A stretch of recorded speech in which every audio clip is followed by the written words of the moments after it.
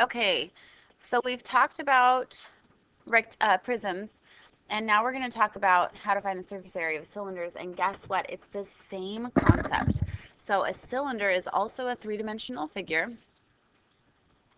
that has two bases as well, and they are circles, they are parallel, and they are congruent to each other. So the most common, uh, you know, object you guys see that are cylinders, I would guess, would be a soda pop can. Okay, so that's a cylinder. Find the surface area. Still, we're using the same formula. Surface area is the sum of the base area plus the lateral area. And remember, lateral area is perimeter of the base times height. Now, the cool thing about cylinders, why cylinders are so much easier than prisms, is because their bases are always circles. So we know how to find the area of circles. Circles is pi r squared. And how many circles are there in a cylinder? 2. So you multiply it by 2. Now to find the lateral area, we take the perimeter of the base. So for a circle, how do we find the perimeter? Well, that's the same thing as circumference. If we want to know the distance around the circle, it's 2 pi r. So for the perimeter of the base, it's going to be 2 pi r. And the height, remember, the height has nothing to do with the base. The height is how long that soda pop can is. So times h.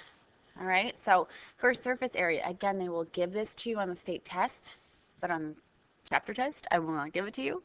So surface area, you can write down that surface area for every single cylinder in the whole entire world with two circle bases that are parallel and congruent is 2 pi r squared plus 2 pi r h. That's always the formula. Okay, so one more time.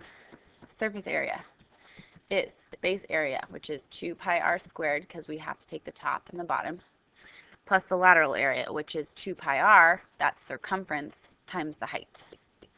Because lateral area is perimeter of the base times the height. So this is base area and this is lateral area.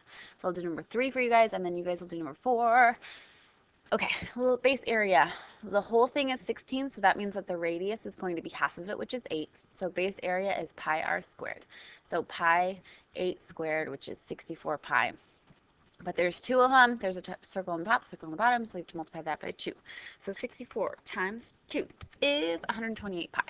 Let's go ahead and just leave the pi for now.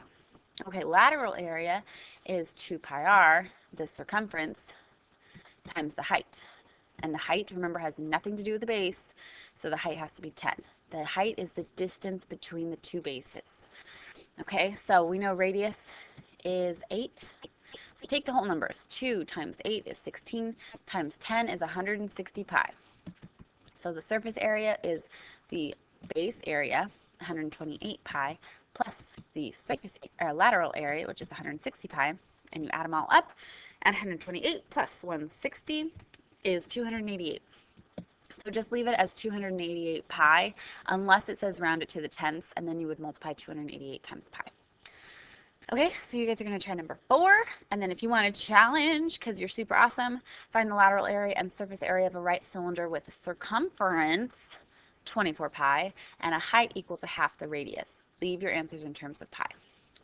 All right, so I don't know if you agree with me, but I think finding surface area of cylinders is a little bit easier because this formula works for all cylinders that have two congruent bases that are parallel and congruent. Okay, and circles.